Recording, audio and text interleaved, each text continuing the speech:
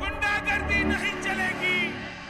दिल्ली से लेकर मुंबई, लखनऊ से पटना और मैदानों से लेकर पहाड़ों तक आज कांग्रेस कारकुनान ने बीजेपी के खिलाफ चढ़ाई कर दी। बीते दिनों बीजेपी और एनडीए लीडरान की तरफ से राहुल गांधी पर जो मुतनाज़ा बयान दिए गए, उसका गुस्सा आज कांग्रेस कारकुनान ने सड़कों पर दिखाया। राजधानी दिल्ली में कांग्रेस कारकुनान के गुस्से को बारिश भी ठंडा नहीं कर पाई। भारी तादाद में कांग्रेस कारकुनान के कारवां ने बीजेपी हेडक्वार्टर की तरफ कूच किया। देखिए, तस्वीरें दिखा देते हैं। यहाँ से डिटेन किया जा रहा है जो कार्यकर्ता हैं जो आगे बढ़ने की कोशिश कर रहे थे। उन तमाम कार्यकर्ताओं को जो है डिटेन कर रही है पुलिस, यहाँ से लेकर जाएगी। दरअसल इनको पहले ही चेतावनी दे दी गई थी कि आगे नहीं आना है, शांतिपूर्ण प्रदर्शन करना, लेकिन आगे बढ़ने की जो कोशिश है वो इनके द्वारा की गई और उसके बाद जो पुलिस है इनको डिटेन करके यहाँ से ले जाया जा रहा है। आप तस्वीरों के जरिए देख सकते हैं बड़ी संख्या में और नारेबाजी जो है वो कर रहे हैं भाजपा के खिलाफ।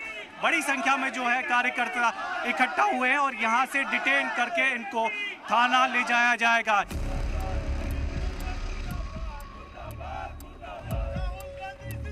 मुंबई में भी कांग्रेस कारकुनान ने मुतनाज़ा बयान देने वाले लीडरान का पुतला फूका। मुतनाज़ा बयान देने वाले लीडरान के खिलाफ कार्यवाही की मांग की। राहुल पर मुतनाज़ा बयानों के खिलाफ कांग्रेस में गुस्सा है और उनका गुस्सा जाहिर हो रहा है। वहीं बयानबाजी भी जारी है। इसी कड़ी में देवास में कांग्रेस लीडर ने मुतनाज़ा बयान देने वाले लीडरान की जुबान काट कर लाने की मांग की और बदले में इनाम की रकम 10 गुना बढ़ा दी। उनकी दादी को सरेआम हत्या की गई आतंकियों ने। उस परिवार के सदस्य को कहा जा रहा है कि तुम आतंकवादी हो।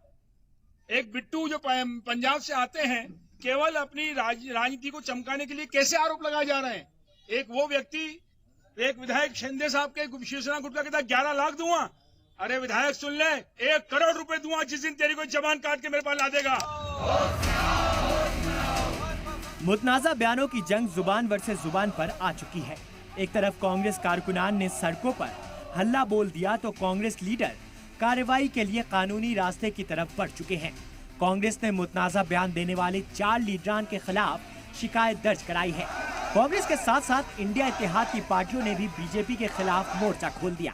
आप उस व्यक्ति को जिसके परिवार में, जिसके पिता ने, जिसकी दादी ने शहादत देश के लिए दी, आप उनके बारे में ऐसा कहते हो कि आप संभल जाओ, आप बोलो मत कुछ भी, नहीं तो आपका भी वही हाल होगा जो आपकी दादी का हुआ है। भारत के अंदर राजनीति इससे ज्यादा निचले स्तर पे नहीं गिर सकती। चलिए, एक व्यक्ति ने कह दिया, हो सकता है उसके अपने निजी विचार हो सकता है कि वो अपने आकाओं को खुश करना चाह रहा हो।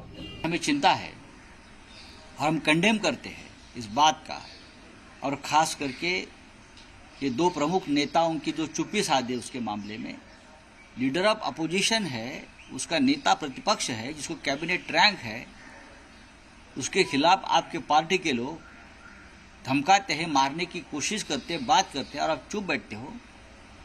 यह हम बर्दाश्त नहीं कर सकते।